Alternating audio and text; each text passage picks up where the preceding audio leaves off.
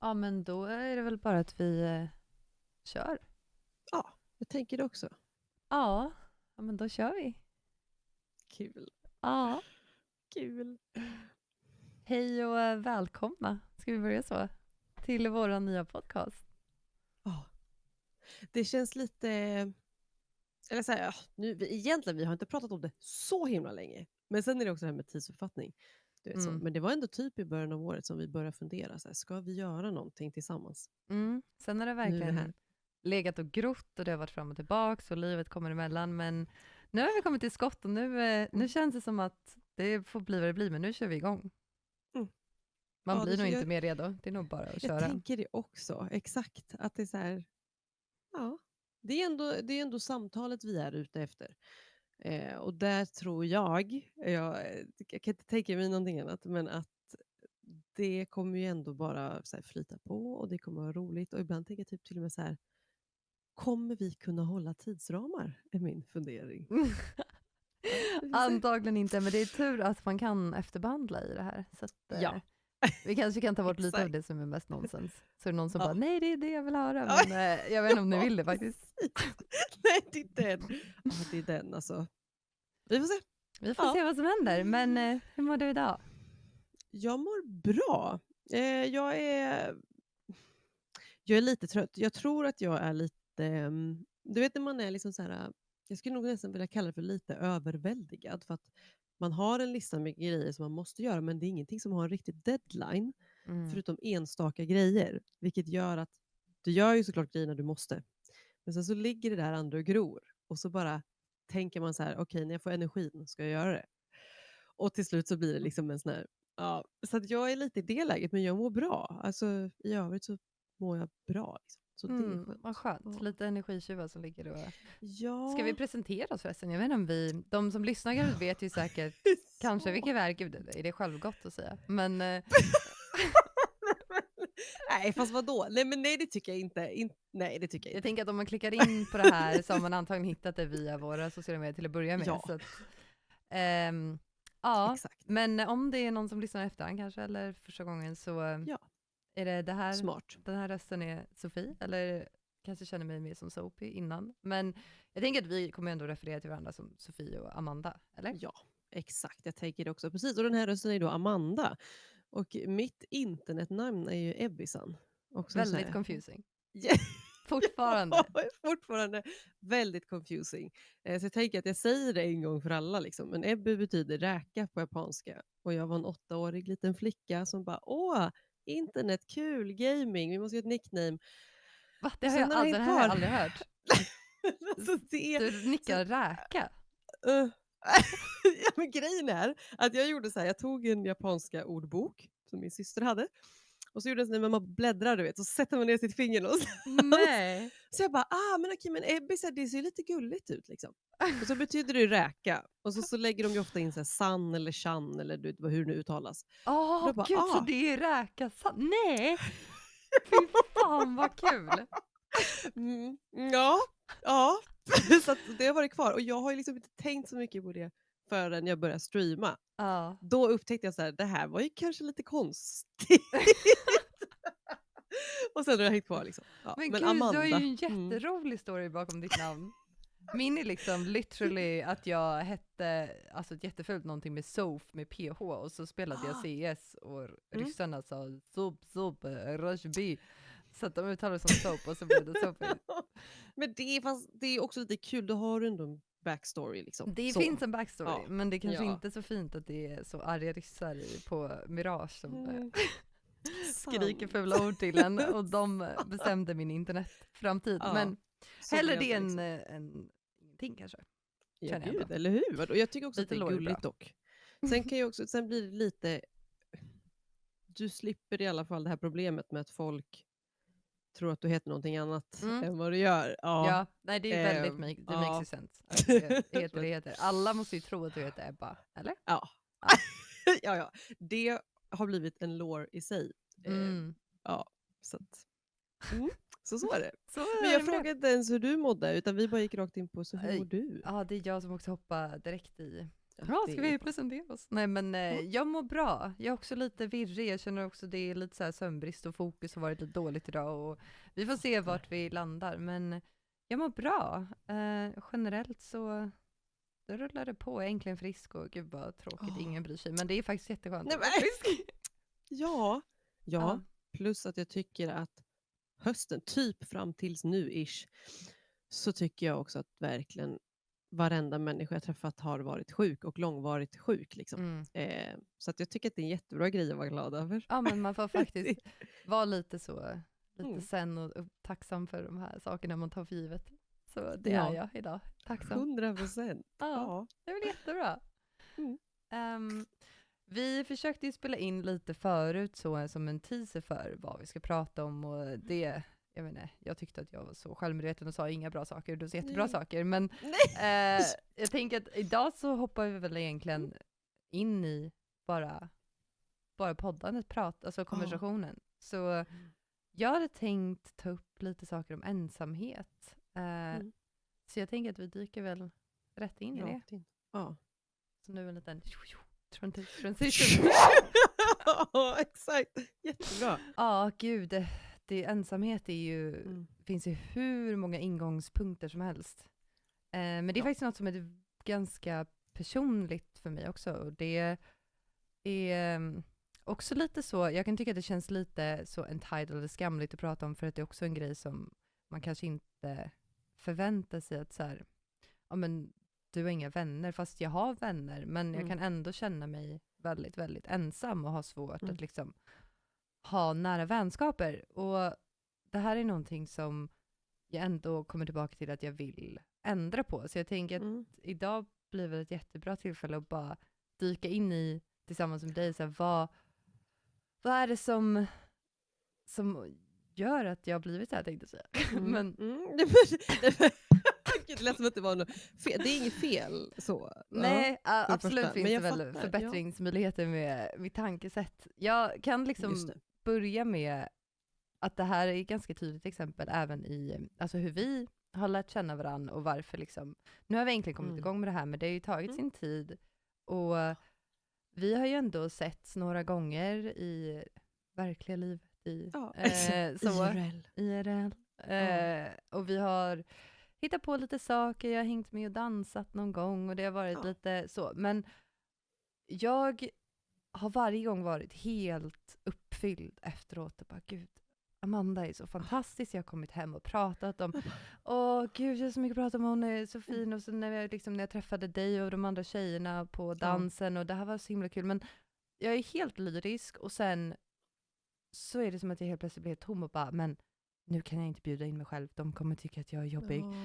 Ingen tycker egentligen om mig. Hela den där tankebanan är liksom den här instant self-destruct. Ja, det är lite så som har varit nästan ett tema, tror jag, i många delar av mitt liv. Det här har nästan varit kanske som en försvarsmekanism mot sätt jag har, men bara genom hur jag är online har varit ett sätt att hela tiden försöka kontrollera hur folk uppfattar mig, tror jag. Det är nog ganska vanligt att alla gör det på vissa sätt med vad man lägger ut eller vad man inte lägger ut. Men när man har streamat och haft liksom ett så following eller det, där har det varit nästan en trygghet i att kunna försöka på något sätt. Man kan ju aldrig kontrollera hur någon uppfattar det, men man kan ju verkligen välja vad man lägger ut och inte lägger ut och vad man visar och vad man inte visar till viss del liksom.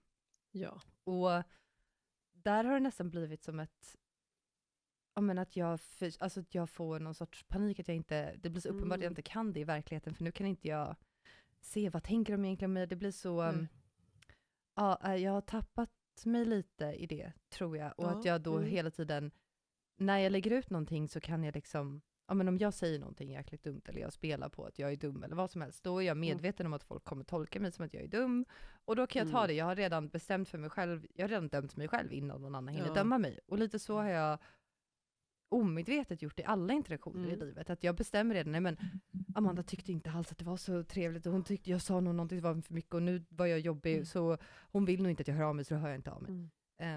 Eller då frågar inte jag om jag får följa med, för det är ju oartigt och otrevligt, för då är jag liksom tänkt det värsta innan det kan hända, och då har det ju redan blivit sant, så det är ju jättekontraproduktivt. Och det här är verkligen ett mönster som jag vill bryta, men jag finner mig alltid tillbaka i det hela tiden och vet liksom inte hur jag ska komma ur det. Men det är det som stoppar mig tror jag från att verkligen skapa djupa vänskaper. Att jag drar mig tillbaka innan det ens hinner bli någonting. Så. Men det där, har du funderat någon gång på så här, när det här börjar? Alltså har du liksom insett det här? Åh gud, det låter så, bara på äldre dagar. Så gamla är vi inte. Men, alltså så här, eller har du känt så här hela livet? Jag tror att jag alltid har känt mig annorlunda än andra. Och det har ju till viss del fått sin förklaring i och med att jag nyligen fick en ADHD-diagnos och förstått att mycket av mitt beteende, att jag har känt mig annorlunda och haft kanske svårt i kommunikation och väldigt blyg och liksom många saker som kanske att det här har utvecklats under väldigt, väldigt lång tid och att det har varit ett sätt att så försvara sig själv för att inte bli sårad och för att man har varit utanför mycket och retad och också en annan lång historia, men absolut att jag har någon sorts förutfattad mening om mig själv att så här, inte få vara med eller att man är jobbig. Ja, men lite sådana från barndomen. Gud. Sjukt. Men det där tycker jag är så intressant, alltså just den här, för att eller så här, det är flera tankar egentligen. Jag tycker det är intressant, jag kan relatera till vissa grejer. Framför allt det där med att så här, jag kommer vara jobbig, typ. Eller jag är jobbig. Så att därför så... Om vi tar ett exempel som typ det här nu med danstjejerna. Ja. Jag kände ju verkligen så, för det började ju med... Och det är också en sån här grej då, som nu bara säger jag som att alla vet. Men för de som inte vet då, så dansar ju jag. Ja. Och har gjort det i ett år. Och då hade vi ganska nyss flyttat tillbaka till Stockholm. Och det var här också som i hela den här vevan som du och jag tog upp kontakten. För då var det så okej, men bra, nu bor vi liksom i typ närområdet. Ja, så att säga. Och så här, ja men då kan man liksom behålla den kontakten och så här, ja men träffas mer och allt det här. Och jag egentligen bara fick för mig då när jag såg de här andra tjejerna dansat så här, oj men typ så här, det här hade varit jättekul. Och jag minns den tanken då också, det var det jag skulle komma fram till. När jag skrev i DM med en av de här tjejerna att så här, hej, typ så här lite grann som du behöver liksom inte svara om du inte vill. Alltså att det är lite sån approach man har. Ja, exakt. Att säga, det är ingen fara om du inte säger det, men jag ska bara är lite nyfiken typ. Och så sen har ju det här blivit en sån fantastisk vänskap liksom. Och det jag har tänkt många gånger så här, tänk om jag hade gjort som jag många andra gånger gör, den här self-destruct-grejen. Att så här, bara för att jag redan tänker att jag är så jobbig och att jag inte är värdig av kärlek typ, eller att så här, de kommer inte, alltså varför skulle hon svara? Alla de här grejerna som man kan tänka liksom. Om jag hade låtit det vinna, då hade jag ju missat hela den vänskapen. Jag hade missat dansen och alla de här grejerna. Så här. Men det är ändå, alltså jag förstår ju vad du menar, för att det är också så svårt att bryta det där tankemönstret. Alltså hur slutar jag tänka att jag är så jobbig och i vägen? Jag typ bara, jag går i terapi idag. Men jag kan inte säga att jag har svar på det för det liksom. Det är så svårt. Jag har ju varit borta från typ, alltså det låter som att jag har varit värsta offentliga personen. Det har jag verkligen inte varit, men jag har ändå streamat några år, liksom haft ett följare som har liksom hängt med länge och delat väldigt mycket av mitt privata liv och varit väldigt privat och personlig online länge liksom. Och nu har jag varit borta från det ett tag. Och ändå gjort en ganska, alltså som att jag har vänt ut och in på mig själv och försökt bli medveten om sådana här destruktiva saker. Så att jag har inte gått, eller jag har ju varit hos terapeut i och med att jag fått den här utredningen med ADHD, men jag har verkligen försökt, som att nu, fan innan man fyller 30 så vill man ju ändå, känner jag att vissa så mönster vill inte jag ha med resten av livet, och det är ett helvete att reda ut dem, men det är dags liksom. Så nu måste jag ta sig tillbaka och bara gå till botten med massa saker. Och det här har varit en sån sak som har kommit upp i och med att det blivit så tydligt att oj, nu har jag inte alla mina vänner online som jag pratar med varje dag. Nej. Vad tomt allting blev liksom. Och hur svårt det är att hålla i det, och även liksom hur jag märker när jag får massa tid vilken negativ ton jag har mot mig själv så fort jag ser mig i spegeln, så fort jag gör någonting, att liksom den första reaktionen är alltid någonting negativt. Så nu är det liksom alltså det är så self-check på self-check att oj, nu tänkte jag det igen. Så det är liksom där bli medveten och försöka ta ett steg utanför. Och jag såg någon reel på någon terapeut eller så, self-claim terapeut i alla fall, prata om katastroftankar. Och det här är ju inte riktigt katastroftankar, men det är ändå ett så negativt mönster jag ville bryta, så jag kunde ändå applicera lite vad han sa, och det var att du presenterar en annan möjlighet och en annan tanke. Så om jag tänker så här, men Amanda, hon tyckte jag var jättejobbig, och det här tror jag verkligen på, och de skulle prata så mycket skit om mig om jag liksom trängde mig på här och tycker men jag vet inte vad för hemskt som hade liksom, tankar kommer till en och man kan inte styra dem, men att då presentera en annan tanke, eller så tyckte hon att du var jättetrevlig och det var jättekul att du var där, och hon menade allting hon sa, och du behöver inte övertänka liksom, att även om man inte tror på det, så att bara introducera en annan tanke varje gång det kommer en negativ tanke, så kommer hjärnan till slut kunna bli tränad att presentera fler möjligheter, och till slut så kan man liksom gå över till att tro på den med verkliga bilden, eller troliga bilden liksom. Och det där, jag menar, det är därför man pratar så mycket om det här med, vad är det heter, affirmations. Gud, vad är ordet på svenska?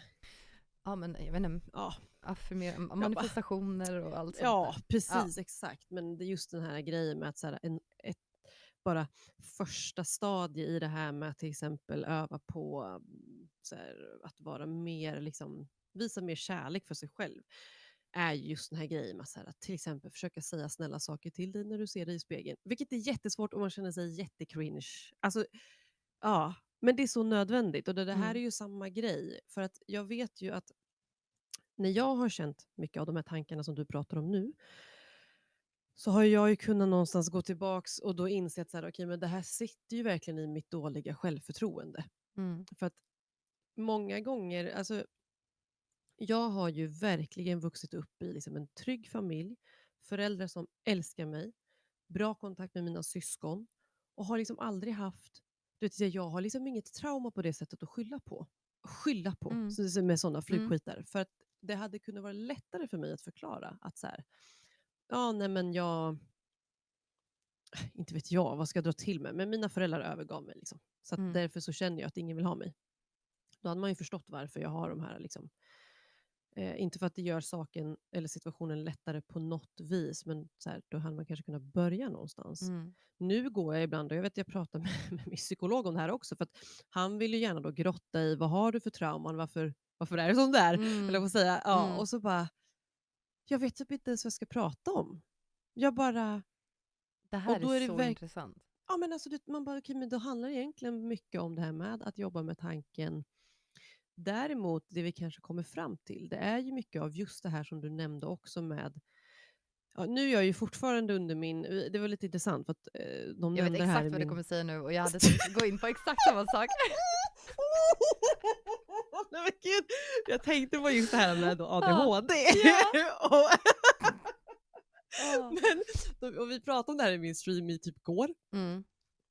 Det är så intressant att jag fortfarande är under utredning för misstänkt ADHD. Vi har aldrig kommit vidare, för att jag är ju så himla duktig flicka, så jag funkar ju så bra liksom.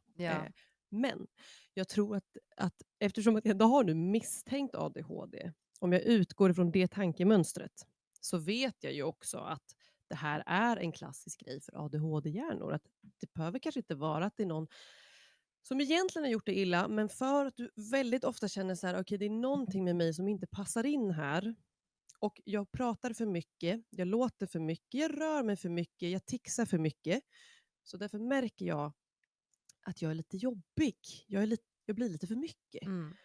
Och det är väl där någonstans som vi kanske har bottnat då i att så här, okej, du kanske inte har stort trauma, men de här små sakerna blir massa små trauman som till slut har lett till att du upplever dig som världens jobbigaste människa. Liksom. Det där är så intressant, för det finns ju en term för det här som jag förstår som heter ADHD rejection sensitivity eller något sånt där. På engelska. Ja, som att någon inte förstod att det var på engelska. Men nu vet ni i alla fall. Vad så att ni vet.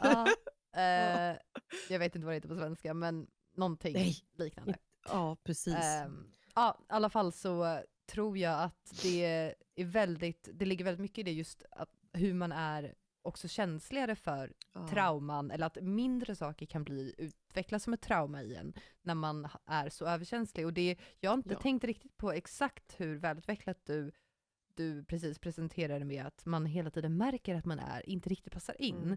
För man är hyper-aware av alla andras reaktion och mode och liksom humör, reaktion på allt man säger. Och det där är ju så uttröttande, och då är det klart att man är jättekänslig för minsta eller skiftning i ton, uttryck, blick, allt, kroppsspråk. Det är den här diagnosen eller det här som gör att man också får det svårare socialt. Och det behöver inte vara att man har haft det svårt för att det ska bli svårt, utan så här, om man får vara lite sån, nu kommer man låta 1000 år igen också, men jag vet ju också att det här blir ett större och större problem i och med typ så här sociala medier och sånt också, för att det är klart att om jag nu ser bilder eller videos som jag uppfattar allting är tipptopp, när det i själva verket inte allt är det, för vi är människor bara, och det här vet alla, men trots det så kan det ju inte hjälpas, för att det är det jag blir matad med. Det är den informationen som min hjärna tar upp hela tiden. Så det är inte så att jag aktivt sitter och reflekterar när jag är på sociala medier. Så här, det här är säkert fake. Utan det är ju liksom det jag matar mig med. Och det blir ju min verklighet. Och är man dessutom då högkänslig eller man har ADHD, för det är också en grej som är viktigt att nämna. Jag vet att ADHD idag har ju blivit värsta så här, typ trendigt. Och jag hatar det. Alltså för att jag fattar att de som har haft sin diagnos länge till exempel, eller nyss har fått den, känner så här, fast kan vi inte typ så här romantisera diagnoser? Och det tycker jag är viktigt att ha sagt också. Är man högkänslig så kan man ju ha till exempel lite samma triggers eller symptom som typ en ADHD-person har eller sådär. Och det kan också vara en grej som gör att man får, vad det nu var på svenska, men reaction sensitivity, känslor, för att du uppfattar de här mönstren likväl som någon med ADHD till exempel. Även om man kanske inte specifikt har då, vi pratar lite det här med att man kan ha trauman och därför känner man sig jobbig. Ibland så är det också bara det så här, okej, har du funderat över vilken information du tar in hela tiden under dagen? Liksom? Att så här, man kanske kan börja där. Kan jag sluta följa vissa personer till exempel? Eller kanske gå ut och ta naturpromenader mer än att kolla TikTok. Alltså du vet, lite sådana liksom. Så kanske det också kan hjälpa. Där tycker jag generellt att alla borde kanske ta ett större ansvar för vad man konsumerar och hur man konsumerar. För att, som du säger, oavsett, även om du vet att det här är fake, så kommer inte din hjärna, du kan till och med tänka det aktivt. Så här, jag vet att så här är det inte verkligheten, men din hjärna kommer inte kunna sortera, för att vi fortfarande så jäkla avancerade varelser är vi inte, tyvärr. Nej. Så att och det är så tidigt också i hela utvecklingen av allt det här, så att jag tror inte man tänker på det, hur fort vi faktiskt har hamnat där vi är nu. Liksom. Men det är lite intressant. Säg det du skulle säga. Nej, men där är verkligen... Ursäkta det leendet där, om man lyssnade så såg man inte, men... Precis. Gud, Nej, men för jag tänkte mer bara kopplingen till det här som du sa med liksom ensamhet. Alltså det här att kunna känna sig jobbig. Det var ju där vi började med det här jobbig-samtalet. Men det också leder till ensamhet till slut. För att man väljer då att så här, förskjuta det lite grann. Vänner och att folk. liksom inte ens ge sig in där. Det handlar ju om en rädsla för att bli avvisad, som rejection sensitivity betyder. Liksom så. Och då engagerar man inte, svenskt oförråd, men överhuvudtaget för att det är rädslan för att man ska bli avvisad, eller för att någon ska tänka någonting annat, eller att man ska tränga sig på, och då uppfyller man egentligen det som man är rädd för från första början, att man isolerar sig och blir ensam och inte skapar några relationer som är det man kanske egentligen vill, eller i alla fall och det tror jag många faktiskt vill. Det är lätt att gömma sig bakom att så här, jag behöver inte, eller... Jag tror mycket man är van vid att vara ensam, så att du vet hur den känslan är, men känslan man kan få av att eventuellt då bli, vad heter rejected? Gud vad duktiga vi är på. Avvisad, exakt. Att så här, det blir ju mer främmande känsla som man inte tar hand om lika ofta, vilket gör situationen mycket jobbigare. Och samtidigt då, som du säger, den här självuppfyllande profetian, som det så fint i psykologens värld heter. Men att bara så här, nu har man ju på sätt och vis då också satt sig i den situationen där man fortsätter att vara ensam. Jag säger inte att det är enkelt. Det är verkligen inte enkelt. Absolut inte. Men Men det är som att gå till ibland, gymmet, kanske. ja, Det är inte enkelt om man är skitsvag i nej, början och det är liksom, ja, motivationen kommer inte från ingenstans. Man måste nej, tvinga sig dit tills det går mer av sig självt. Liksom. ja. Allting som är värt att jobba på är ofta svårt. Ja, jo, men ja, Typ. tyvärr. Och också bara det här då att frågan är ju då långsiktigt om du har sårat dig mer genom att avvisa möjligheterna för att du inte vill bli avvisad, när du kanske många gånger i många situationer hade kunnat vunnit jättemycket bra vänskaper eller gemenskaper eller Mm. sånt här som man aldrig kommer få veta för att man inte Ja, har provat liksom. Ja. så det är verkligen en uppmaning till alla att Ja. våga. Men sen, för att gå vidare inom Mm. samma ämne, så det jag också märker är väldigt svårt för mig, att när jag väl får en impuls så, att jag hör av mig, och man kanske är iväg och träffar några fantastiska människor och har jättekul, att då kan jag ibland känna att jag vill så overachieve och vara mitt gladaste, bästa. Jag ska vara så trevlig och alla måste Ja. älska mig. Ibland så slår jag på någon typ av energi, att jag bara kan vara liksom mitt roligaste jag, och det är liksom för att försäkra att ingen ska tycka någonting, eller det är liksom, det händer helt utan att jag ens kan kontrollera att jag tänker på det, och sen så nästa gång så bara, men nu kan jag inte upprätthålla det här en gång till. Nej. Och då kommer oron att säga, gud, nu kommer de inte tycka om mig för att jag inte kan vara den personen som jag orkade vara första gången. Eller? Då liksom, exakt. Och det blir också, man sätter sån extrem höga standard för sig själv att försöka uppnå, och att det liksom bara är den versionen som duger till. Att bara inte ha så mycket att säga alltid, eller alltid vara den som, kunna vara den som för diskussioner, alla ska vara bekväma och ta socialt ansvar. Och liksom, om man inte kan eller orkar alltid det, då är det som att, varför ska de då vilja umgås med mig? Nu finns det inget utbyte. Jag skulle ju själv aldrig tänka så om en annan människa. Eller förutsätta att någon annan skulle ta det ansvaret, eller tycka att de var inte trevliga att umgås med om den inte hade en följdfråga en gång. Liksom. Exakt, eller hur? Eller du hade mer energi förra gången. Ja. Liksom. Men jag tror, alltså, det där tycker jag också är lite intressant, för att jag tror att en del av det här, när man är känslig för allt vad typ så här, tonläge och energi och allt det här är, gör att man också automatiskt tar på sig rollen att försöka hålla god stämning. För att jag tycker att det blir jättejobbigt så fort jag märker att någon kanske känner sig lite utanför, eller det är någon som kanske blir irriterad på någon. Och det här har ingenting med att göra att jag skulle vara konflikträdd, för det är jag inte. Däremot så är jag väldigt mån om att, säga lite people pleaser antar jag, men jag är mån om att alla ska må på sitt bästa vis, och de ska ha bästa, vilket gör att då går jag utanför mina, liksom, eller över mina egna gränser för att se till att alla andra mår bra. Och sen blir jag så trött så att jag orkar inte ens vara med då nästa gång, för att så här, jag tar ansvar för andras känslor. Gud, och det är jättesvårt.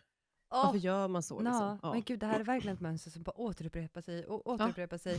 Ja. Och så kommer man aldrig ur det tills man inte orkar. Och så kanske man till och med, så har jag haft med mina vänner online, när jag har försökt styra ihop saker, att då har det alltid varit jag, och jag tar det ansvaret. Och så många kan ju liksom bekväma i att, eller man får den rollen, och sen så är det ingen annan som gör det. Och så när man själv inte orkar så rinner det iväg av den anledningen. Man sätter liksom upp mycket krokben för sig själv när man ska vara den som alltid bara prestera ska bäst, även i relationer. Man ska inte prestera i relationer. Det är liksom, så funkar det inte riktigt. Ja, som att jag får betyg på. Men, och jag vet att det här är lite grann, för liksom då, på tal om det här med att så här, behålla vänner till exempel.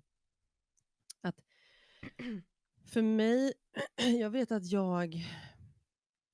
och det här kommer låta kanske elakt om man inte förstår var jag kommer ifrån, eller om man inte har samma erfarenheter.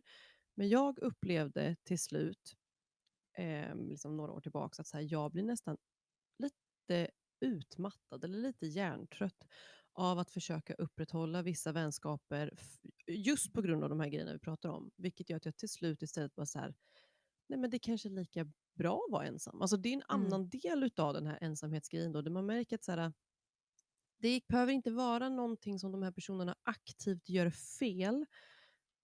Alltså verkligen inte.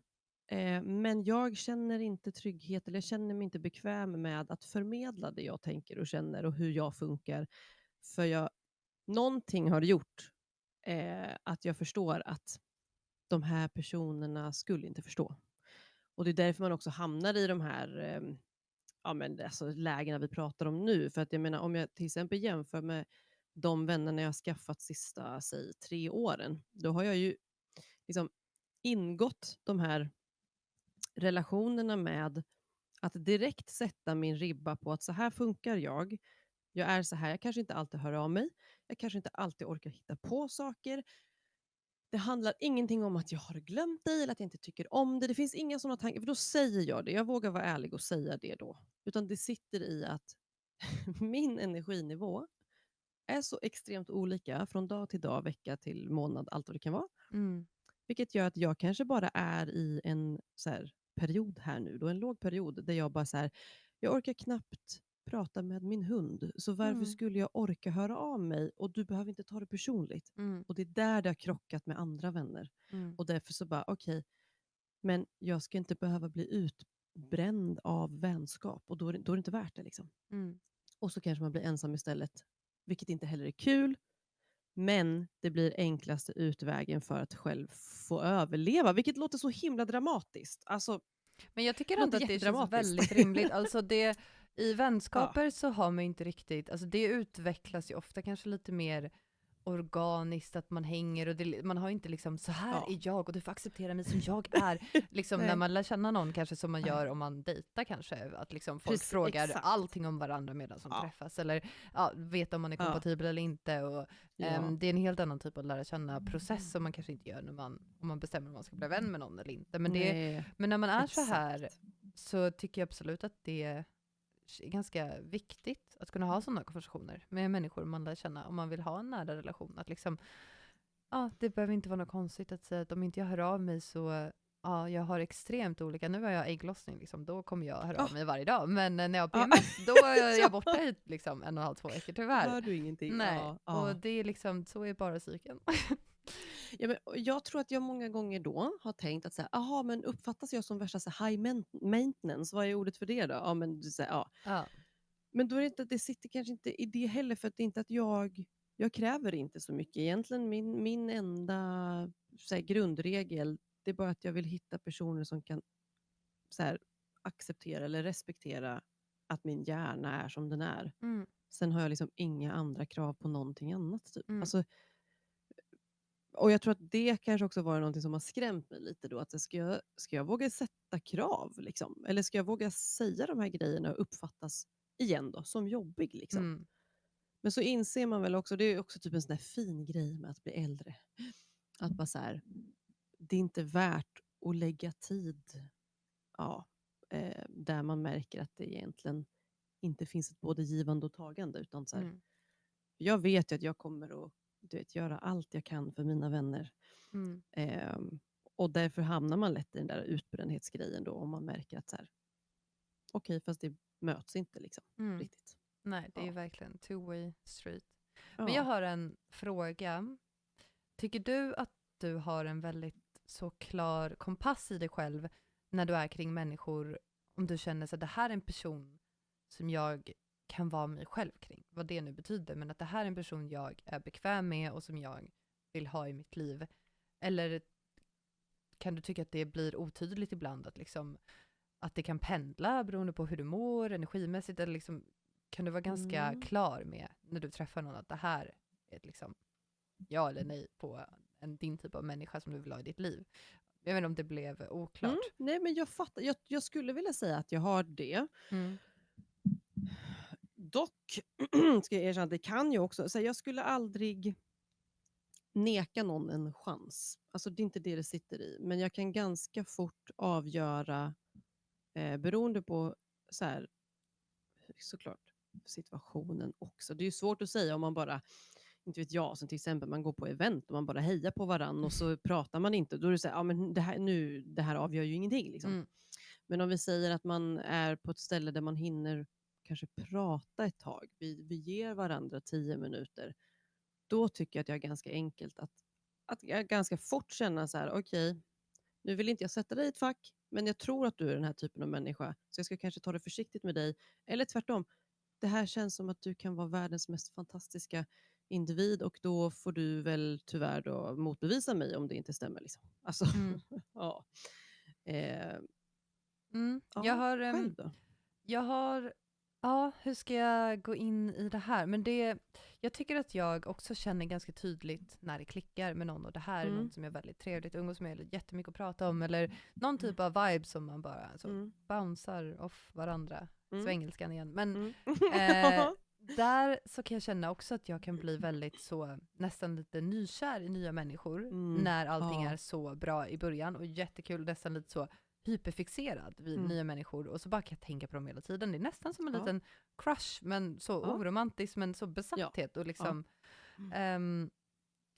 och det här sen dels så kan det switcha då när den här fixeringen dör ut, precis som när man kan bli intresserad av någonting och bara vilja lära sig allt om det ett tag och sen så dör det ut. Exakt. Och det blir inte att jag inte tycker om den här människan längre, men den här drivet att hela tiden höra av mig, eller att det kanske bara saker blir lite svårare. Och där kan mycket så, men lite dö ut för att jag då tappar det här drivet.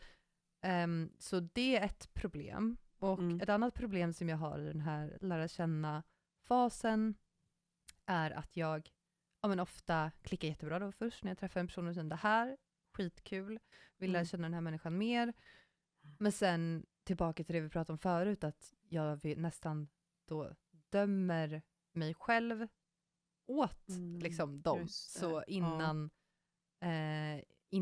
de hinner döma mig på riktigt, eller så att de kommer komma på mig, det är imposter syndrom eller vad det nu kan vara, och då är det som att jag tappar förmågan att känna så här, att jag kan vara mig själv. Då börjar jag liksom bli så medveten om hur jag är, vad jag utstrålar, vad jag säger, att säga, jag vet inte vem jag känner att jag är helt plötsligt. Det är så här, hur vet jag om jag är mig själv? För jag har liksom tappat min egen identitet i det där. Och då helt plötsligt, då finns det liksom ingen relation att bygga på, för det är som att då tappar jag också den här, för det blir liksom inget band att knyta an, för att det inte finns någonting i mig att knyta an till, för jag blir bara som en vägg som bara studsar den andra personens liksom tankar och reaktioner och allt vad det kan vara liksom. Eller dina egna, det du tror. Precis. Alltså så här, som de kanske inte ens har sagt. Jag skulle väl säga att det var kanske ett större problem för mig för några år sedan. Och sen har jag egentligen sen pandemin, för att gud, det här kommer också låta jättetragiskt. Men fast det där, jag ska inte säga så, för att det beror på vad man är som person. Okay? Men jag är ju tacksam för pandemin, för att jag upplevde ju att jag fick välja min ensamhet på ett annat sätt. Alltså så här, jag hade inga problem under pandemin med att jag kände mig... precis, man kan ju sära på de orden, va? För att jag tyckte det var skönt att få vara själv. Men jag var inte ensam. Alltså så här, och efter allt det här då, när man liksom både får tid att reflektera över att så här, okej, men vad betyder det då? Varför upplever jag att det är så skönt att vara själv? Det var ju då jag insåg alla de här grejerna egentligen. Och efter det så har jag ju verkligen valt mina kontakter med omsorg. Och det har ju gjort att jag idag inte upplever längre det problemet som du pratar om här, där man liksom så här, eller absolut, jag kan absolut fortfarande bli så att jag kan bli stört intresserad av en person som jag bara, vi måste bli bästa vänner för evigt. Och så. Men då kan jag också ganska fort sen då inse om så här, okej, men fast är vi på samma våglängd? Och typ så här, att det är inte bara intressena som ska funka, utan det ska också vara kanske, har vi snarlik moral, eller kan vi prata om viktiga saker? Och om vi inte har det, kan vi mötas eller inte? Det är liksom jätteviktigt. Men så att jag förstår vad du menar. Det är egentligen bara det jag vill komma fram till, att jag förstår vad du menar. Men också som en liten tröst att det där går verkligen att jobba på. För att någonstans så känner jag idag att så här, men det är inte ett problem längre. Och det sitter nog i att jag har varit så stenhård med mina gränser. Alltså att jag bara, this is my boundary, och jag kommer inte liksom rubba den eller gå över den, för att jag vet att jag bara mår dåligt då liksom. Nej, men jag känner absolut att jag är på rätt väg också. Skönt. Att, ja, men att det är verkligen en lång bara process av att så övertyga sig själv eller liksom, ja, nej, men det kanske inte är ja, men det är den här konstanta dragkampen i att ens första initiala känslor och tankar, att försöka motbevisa dem eller liksom, ja, i alla fall erbjuda ett annat alternativ, att det inte är det som hjärnan liksom är van att tolka situationer. Det är ju det här är också något som har varit väldigt färgat av att jag har gått igenom många depressioner och man får ett så pessimistiskt filter nästan och som också kan, ja, det blir såna järnbanor som bara är helt inkarvade, de bara följer samma spår. Man måste verkligen gräva ut en ny väg och det kommer ta lite tid, men första steget i alla fall, ta ett steg utanför den vägen och försöka börja trampa. Exakt, så, och det där, man får vara snäll mot sig själv också. Ja. Det där är liksom överlevnadsmekanismer på något vis. Så att man får ju bara, Det är ju för att man har försökt passa in och klara sig. Alltså man får verkligen så, men tack hjärnan och kroppen för att du försöker skydda mig, men nu behöver inte du göra det på det här sättet. Nej, exakt. Kan vi göra det på ett annat vis nu? Bara. Men det är svårt. Alltså det är ju vanor liksom. Och det här är liksom, jag tycker ändå det är skönt och viktigt att prata om att som vuxen människa, vänskaper är inte så lätt för alla och det är väldigt många som är ensamma och inte har så mycket vänner, och det är ju verkligen ett ideal som är så, man ska ha många vänner, en stor omkrets, vad heter det? Omkrets, vänskapskrets. Ja, exakt, ja. Och liksom hitta på mycket grejer och det är verkligen, det är så, det finns olika saker som säger att man är framgångsrik och det är ändå en sån statussymbol och som man tror att man blir lycklig av, och liksom relationer blir man lycklig av, men det är verkligen, det kan göra att man känner ytterligare ensamhet och isolering om man inte har det och tänker vad det är för fel och varför har inte jag vänner och alla andra och det är något fel på mig och liksom jag tror att det är många som man inte tror kanske också alltså så, människor som kan verka normala, socialt kompetenta och liksom, men ändå ha svårt med relationer och det man lägger ofta väldigt mycket negativa värderingar i det. Så här, den här personen är inga vänner, det är ett freak. Det är man får ju direkt ut negativa. Dig, liksom? Men och det där, jag vet ju, sen nu bedömde jag ju pandemin som en positiv grej. Och jag menar inte själva pandemin i sig, såklart. Nej, gud, det var ju jättehemskt. Det där låg ibland, i ditt huvud nu. Bara, nej, för jag bara, men gud, nu kommer någon bara, vad är du för freak som tycker att pandemin var bra? Men faktiskt också, det ska ju sägas att man diskuterade också att i pandemin så dök det upp en annan pandemi och det var ju ensamhet. Att så här, då insåg ju många verkligen så här att oj, det här kanske var viktigare för mig än vad jag förstod. Alltså det är verkligen, man ska inte underskatta att ensamhet är farligt, att det är ett mänskligt behov med relationer och närhet. Så att det ska verkligen inte förminskas. Att vi alla inte behöver alls, liksom. Man kan liksom inte, ingen kan övertyga mig om att man kan vara ensam hela livet. Det är verkligen inte, och aldrig ha en nära relation med någon, utan det är verkligen ett behov. Vi är flockdjur liksom. Och där också, om det är någon som säger emot så kan jag fiska fram hur mycket vetenskapliga artiklar som helst på det här.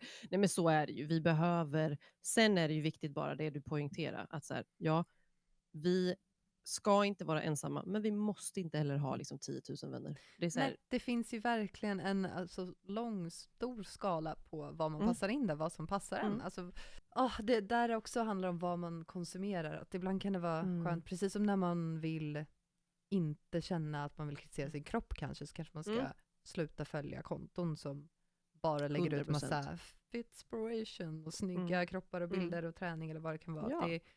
Men du behöver kanske inte följa då massa influencers som går på event och har ytliga typer av där allting ser så skoj och roligt ut och alla taggar varandra, men det ingen taggar mig och nej, så blir det den känslan liksom. Nej. Och grejen är att jag vet att det var också så här, och jag pratade faktiskt med en vän om det här för några år sedan, att så här, just den grejen var en sån här negativ ensamhetskänsla för mig, att så här, det är så tråkigt för att jag tyckte liksom alltid så här, jag är alltid den vännen som fotar och taggar alla andra. Det är så jag på ett sätt som jag visar min, vad säger man? Men uppskattning jag ser dig. Och, exakt, att jag ser till att det finns bilder på dig. Liksom, eller det vi gör. Och jag fattar ju att man är olika där. Liksom, att så. Men jag vet att jag sa det till henne. Jag bara, går jag in och tittar typ så här på sociala medier av alla dess slag då, så bara, jag är ju inte med på någon bild. För att det är jag som alltid står bakom kameran. Och jag vet att jag tyckte att det var ganska jobbigt. Och då var det också den grejen då, vilket gjorde att så här, man blir ju aldrig taggad i något. För du syns ju inte någonstans. Ja. Liksom. Och också då för att säga, jag bara, nej, och sen så vistades jag inte heller på de ställena där man kunde bli taggad till exempel. Och jag vet att jag skämdes så mycket över det här. Alltså det här var en sån här grej som jag typ, när jag pratade med henne, jag bara, förlåt att jag är världens största tönt nu. Alltså så här, som tycker att det är lite jobbigt att inte få bli taggad i en bild, du vet. Och så kunde jag inte förklara heller vad det satt i, för att det har ju ingenting med följare att göra. Och någonstans så då resonerar vi, så kommer fram liksom till att så här, men det är ju idag en form av gemenskap. Så att det är ju inte konstigt. Du känner ju dig utanför då. För att Ja. alla de är i sin lilla, även om det nu bara är en bild eller vad det nu kan vara. Liksom. Du hamnar ju utanför och då kanske det inte är så konstigt att du tycker att det blir jobbigt. Liksom.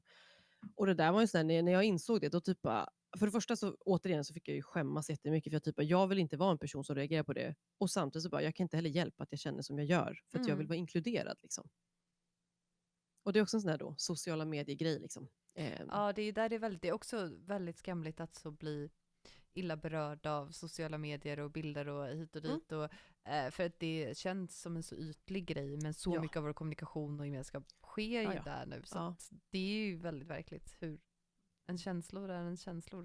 Det blir ju lite en form av uteslutning att inte, det är väl det här att så här, ja, men ingen tänker på att jag kanske vill vara med på en bild ibland. Ingen har frågat mig. De bara förväntar sig att jag ska ta det. Blir ju någon form av utanförskap. Liksom.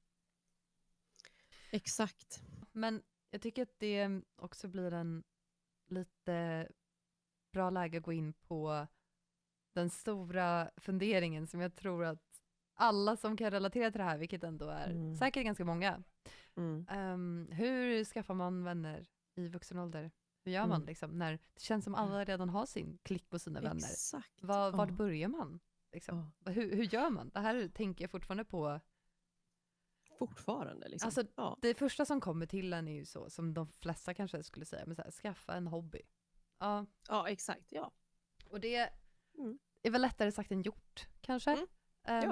Och det blir väldigt mycket så, men en hobby, men jag måste också träffa människor som man tänker att man ska mycket komma överens med. Det ska vara en hobby där andra är likasinnade och känner att de också är där för att kanske träffa andra människor. För man kan gå till en hobby och lära känna människor, eller så vissa går dit för att gå till gymmet och träna och inte prata med den människor och hem. Liksom. Exakt. Så att, för om någon pratar med mig på gymmet jag bara, nej, jag är här för att fokusera. Så den till exempel kan ju vara jättesvår då.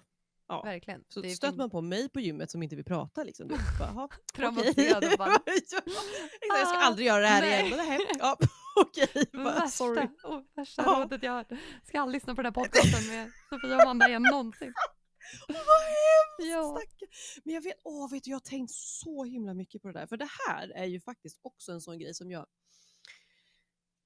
det är ju tack vare Twitch som jag har vänner idag. Jag gud vad hemskt det där. Men alltså, det är exakt för mig. Det är exakt samma för mig. Mina nära gamla vänner det är liksom, det är genom stream och online. Det är där jag har min vänskapskrets nu.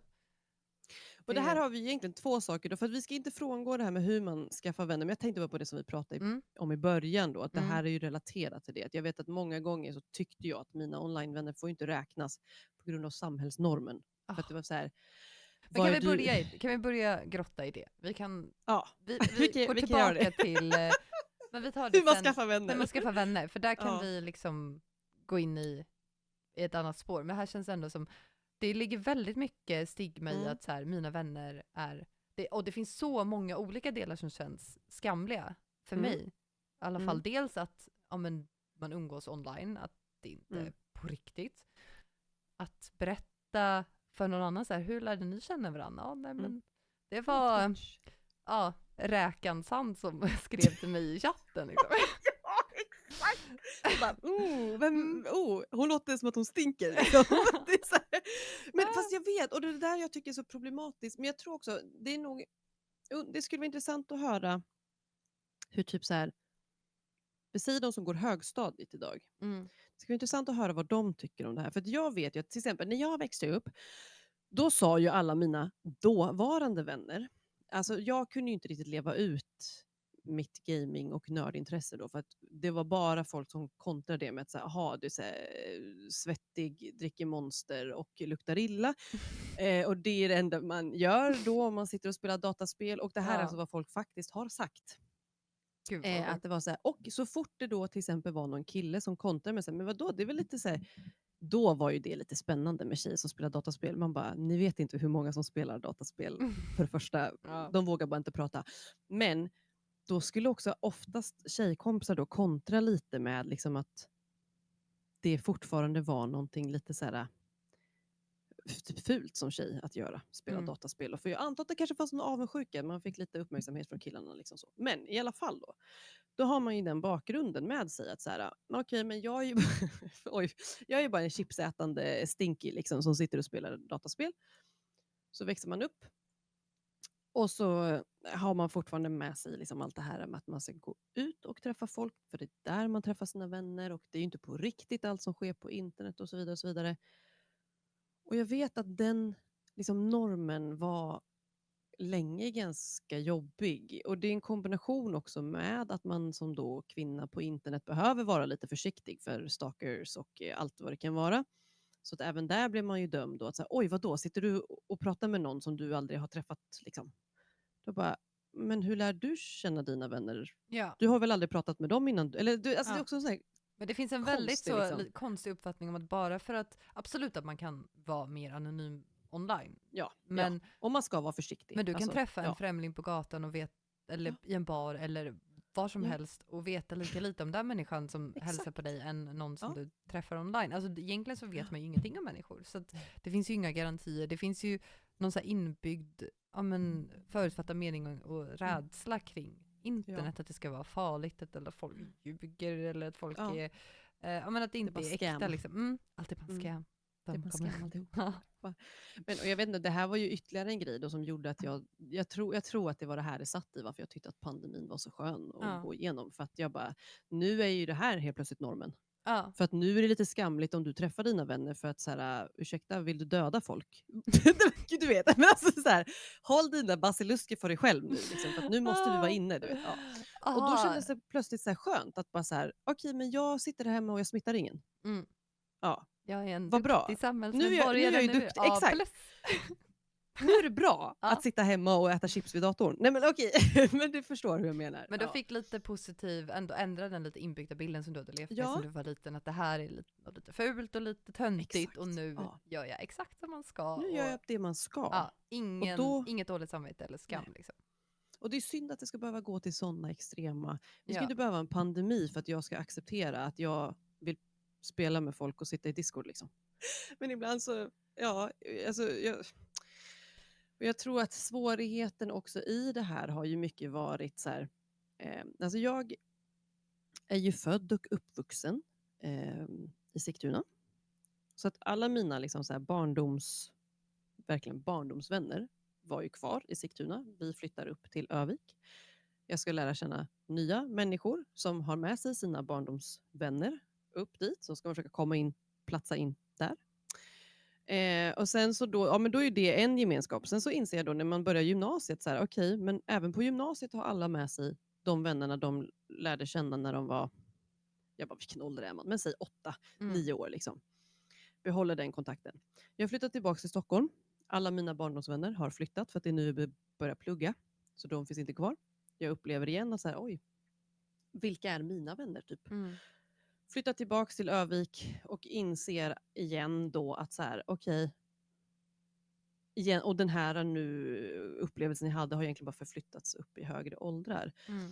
Och det här var ju också väldigt problematiskt för mig då, för då inser jag så här, men jag hade ju inte, så här, förstå mig rätt när jag säger förturen att ha med mig vänner från ung ålder upp i vuxen ålder. För att de lämnades ju bara liksom. Så online-vännerna för mig har ju liksom så här, det var ju mina, alltså så här, det var ju där jag hittade gemenskap då, för att det var liksom ibland svårt. Alltså, men då jag kände ofta ändå den där skammen då, alltså, fast det är ju inte normen. För att jag borde ju ha umgåtts med tjejer när jag spelade fotboll med när jag var liten. Problemet är att de bor liksom 6 timmar härifrån. Alltså så, Jag kan verkligen relatera till, jag har inte flyttat men jag har bytt klass väldigt mycket och det har väl varit att jag har varit ganska dålig på att behålla vänskaper sen ung ålder, vilket såklart tillbaks till ADHD kan ha väldigt mycket att göra med det, att jag har varit dålig på att hålla kontakt och det som finns framför mig, det som finns, och varit väldigt investerad i mina intressen, och det har tagit all tid, och jag har liksom, det har bara blivit så att jag inte haft någon klick, utan jag har hoppat mellan olika klickar liksom, och inte tagit med mig dem in i nästa fas i livet. Det har blivit att jag har gått vidare, och så börjar jag reflektera, så varför har jag inte några vänner sedan barndomen i princip. Jag har ju en annan diagnos också som jag inte pratat om idag, men som jag var väldigt öppen med, och det är att jag har bipolär sjukdom, och sen jag var sena tonår, 18-19, så har jag haft återkommande depressioner, och det har ju inte gjort det lättare att behålla vänskaper i vuxen ålder heller. Exakt. Så att när jag började streama och fick vänner online, även innan jag började streama, men när liksom att jag satt och gameade varje dag och det blev min vardag, och där jag hittade gemenskap också, blev också för första gången där jag hittade mina my people liksom. De man kommer tillbaka till och har kul med varje dag, och det är första gången som jag också kände att så här, här är min grupp, och vi alla, man känner sig accepterad till full, och det är någonting väldigt avväpnande med att ha vänner online också, med att det inte är så kravfyllt, utan det är väldigt, väldigt avslappnat, och det är väldigt lätt att kunna vara sig själv, vad det nu betyder, när man är kring rätt människor. Och just hela nörd-community tycker jag ändå den är så kontrasterande i att den kan vara så extremt öppen och så extremt stängd och hemsk på massa sätt. Men den liksom öppna och fina delen har verkligen blivit min räddning i alla mina depressioner. Att där har jag haft mina vänner liksom. Att jag ändå alltid haft någonting som drar mig tillbaka, och människor som jag vet bryr mig om mig, även i liksom de mörkaste stunderna. Så att det ska verkligen inte finnas någon skam i att vänner online är jätteviktiga för jättemycket människor. Jag tror också bara, det där är lite så här, jag tror att mycket sitter i uppväxt och generationer också. För att så här, absolut. Jag menar, jag vet ju också att jag måste tänka, när jag växte upp, det var jag och min syster, och så hade vi en vän som bodde på samma gata som oss, som höll på med gaming. Det var ingen annan. Alltså så här, och för det var ju inte heller så himla vanligt. Så här, vi var ute och sprang i skogen också. Men jag vet ju att idag till exempel, nu är ju det normala snarare, att de flesta har någon konsol eller någon dator eller någonting. Man har någonting man spelar på. Så att hela gamingvärlden är liksom inte något konstigt. Plus att man också ser det att den yngre generationen kommunicerar nästan bara via Snapchat idag. Det är knappt att man ringer inte varann, eller man kanske inte ses, utan så här, man chattar på Snapchat, man sitter på sina håll. Och jag tror att det här, och det i sig kan också vara problematiskt, såklart. Där kommer vi in på en helt annan diskussion, men för att behålla den på så här, det här med våran sida av erfarenhet, så är det klart att eftersom att vi inte hade så jag är helt säker på att det var därför man också såklart kunde se lite snett på att så här, vadå, ska du bara sitta och prata med folk vid datorn typ? Bara, jag gör inte bara det. Nej. men alltså, att det blev lite skam då, för att så här, det var lite konstigt liksom. Ja, det är spännande det som du nämnde för några minuter sedan, med att prata med någon som går i högstadiet idag. Jag borde egentligen prata med min lillebror som ändå han går i gymnasiet, men han är ändå den åldern där de bara kommunicerar via Snapchat liksom. Hur han skulle se på det hade varit jätteintressant att veta. Exakt, eller hur? För de kanske inte alls har samma känslor och tankar kring, för de kanske inte ens gör någon skillnad på det. För att så mycket kommunikation sker online nu liksom. Det är den här skriva 1, 2, 3 i chatten, och sen sätter man på filmen samtidigt och så. Exakt, exakt. Ja, nej, och jag menar visst, absolut, återigen, det är klart att det finns en annan dimension där också, med ensamhet och fysisk inaktivitet och sånt som är jätteviktig. Och det finns också, verkligen jättemånga spår. Det kan vi nämna och komma tillbaka till en annan gång. Men verkligen, och att relation online kan inte ersätta en fysisk relation. Det är Nej. också en diskussion. Liksom. Ja. Man behöver också kunna se en människa, ta på en människa, få en kram. Allt sånt Ja. där går inte att Ja. ersättas av en röst. Nej. Men det är ett väldigt stort behov som fylls av att ha vänner och kontakt online som inte ska förminskas i alla fall. Så kan jag Nej, säga. exakt. Det är fortfarande riktiga vänner. Liksom. Exakt. Ja, Mm. verkligen. Mm. Ja. Ska vi komma in lite på slutet och lämna det som också en öppen fråga kanske, det här med att skaffa vänner i vuxen ålder? Ja. Kanske, för vi skulle ju kunna plocka upp den tråden. Vi har pratat över en timme nu liksom, så att Ja, exakt. det Precis. Ja. finns mycket att säga, tar aldrig Mm. slut. Men där tänker jag, det hade eventuellt kunnat bli som något, eftersom jag vill bli väldigt mycket bättre på det, att höra andra människors erfarenheter om hur de tänker kring skaffa vänner. Vad är de rädda för? Kan de relatera? Har de gjort det? Hur gick de tillväga? Vi skaffa en hobby. Men ja, ska jag utmana mig på något sätt? Ska jag berätta om att jag gick på en drejkurs eller jag vet inte. Ja. Vad träffar man för, ja, men så här, hur går man tillväga? Det finns andra grejer här med just träffa gemensamma vänner eller så partners vänners vänner och gud, tänk om jag vill bli kompis med den, men det är ju dens vän och inte min och och det finns så mycket andra skamliga grejer där att jag inte vågar direkt, det går nu, du är fel eller då börjar jag liksom döma ut det direkt. Så ja, men hur ni som lyssnar har gått tillväga eller vad har ni för tankar? För att det är dags att ändra på nu, känner jag. Jag vill verkligen det här året och nästa verkligen utveckla och skapa djupa relationer. Så, och jag tänker också, både för din skull men även då kanske någon som lyssnar, bara så här, hur skaffar jag vänner i vuxen ålder? Alltså så här, den frågan jag vet att jag får den mycket i min chatt också på Twitch liksom, och så där, att man tycker att det är svårt, så jag tänker att all feedback där är väldigt intressant att få och är någonting som så här, hade varit, som sagt, som jag tror att man kan djupdyka i väldigt mycket också. Verkligen. Men sen, vad hände när du bjöd in dig själv då till? Vad det värsta som kunde hända? Hatade du dig eller eller liksom vad gick det åt helvete? Gjorde inte det? Jag menar, här är ju mitt exempel med dansen. Att så här, jag provade att höra av mig och det blev jättebra. Ja. Jag fattar ju att inte alla kanske... Jag tror så här, hade det inte varit för att jag både nu har gått i terapi och har bearbetat alla de här tankarna vi pratat om, då hade jag nog inte vågat skriva. Så att det behövs ju personlig utveckling också, såklart. För många. För andra så är det inget problem. Alltså så här, man bara kastar sig ut och det är ju jätteskönt i så fall. Liksom. Ja. Men det var ju verkligen en sån så här, okej, jag provar så får vi se hur det går. Och sen dess har jag fått träffa också jättemycket andra härliga människor tack vare det. Liksom. Så Ja, nej men skriv gärna till oss. Vi har inte skapat någon mailadress eller något sånt än, men ni kan jättegärna höra av er till oss på Instagram. Jag heter Sopis med en 0 istället för ett O. Vad heter du? Jag heter ju Amanda Haga, fast jag har 2 A i Haga. Alltså liksom Ha-A-Ga. Ja. Ja, exakt. För att göra det lite svårare bara. För att göra det lite svårare, ja. Det var upptaget det vanliga. Exakt, ja men det får man jättegärna göra. Skicka ett DM. Alltså så här, där man hittar oss, höll jag på att säga. Bara för att få lite input så här liksom.